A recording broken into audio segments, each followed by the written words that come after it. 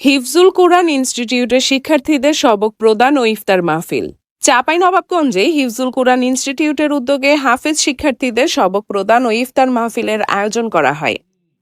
চাঁপাইনবাবগঞ্জ জেলার পৌর এলাকার বিশ্বরোড শাহীবাগ এলাকায় অবস্থিত হিফজুল কোরআন ইনস্টিটিউট 103টি দেশের মধ্যে কোরআন প্রতিযোগিতায় প্রথম স্থান অর্জনকারী মার্কাজুত তাহফিজ ইন্টারন্যাশনালের সম্মানিত প্রতিষ্ঠাতা চেয়ারম্যান শায়েখ নেসার আহমেদ আন নাসিরি সাহেবের সার্বিক তত্ত্বাবধান ও পরিচালনায় গড়ে উঠেছে অত্র প্রতিষ্ঠান হিফজুল কোরআন ইনস্টিটিউট।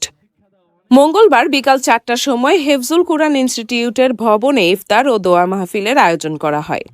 উক্ত অনুষ্ঠানে সভাপতি হিসেবে উপস্থিত ছিলেন হিফজুল কোরআন ইনস্টিটিউটের প্রতিষ্ঠাতা পরিচালক মুফতি জাহিদ হাসান খান। এ সময় প্রধান আলোচক হিসেবে উপস্থিত ছিলেন মুফতি আলী আশরাফ, সভাপতি হেফাজতে ইসলাম বাংলাদেশ চাঁপাইনবাবগঞ্জ জেলা। উক্ত অনুষ্ঠানে 17 জন হাফেজ শিক্ষার্থীদের মাঝে সবক প্রদান করেন হাফেজ মাওলানা আমানুল্লাহ আমান, সেক্রেটারি হেফাজতে ইসলাম বাংলাদেশ। এ সময় আরও উপস্থিত ছিলেন চাঁপাইনবাবগঞ্জ জেলা আরও অন্যান্য ওলামা একরাম ও আমন্ত্রিত অতিথিবৃন্দ।